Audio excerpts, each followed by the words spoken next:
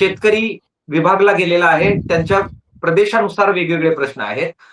ते अचूकपणाने हेरून त्याच्यावर आवाज उठवण्याचं काम किसान सभा आणि मार्क्सवादी कम्युनिस्ट पक्ष हे सातत्यानं करतोय.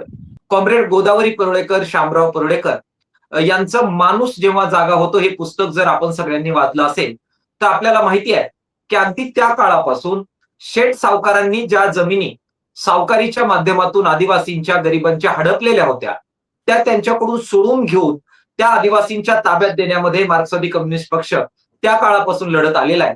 अद्याप सुद्धा त्या जमिनी आज शेतकऱ्यांच्या ताब्यात लाल बावट्यामुळे आहेत. मात्र त्याच्यावर अजूनही गुजरात आणि मुंबईमध्ये स्थायिक झालेल्या त्या काळच्या शेठ सावकारांच्या आत्ताच्या जे काही वारसदार आहेत त्यांची नावं आहेत ती काढली पाहिजे आणि त्याच्या ठिकाणी आदिवासींचं नाव आलं पाहिजे. जंगलच्या जमिनीच्या कब्जेदार सदरी आदिवासींचं नाव आलं पाहिजे. तिथल्या अनेक देवस्थानच्या जमिनी आहे, वर्कस जमिनी आहे. या जमिनींचा प्रश्न हा या आंदोलनामध्ये मुख्य प्रश्न होता.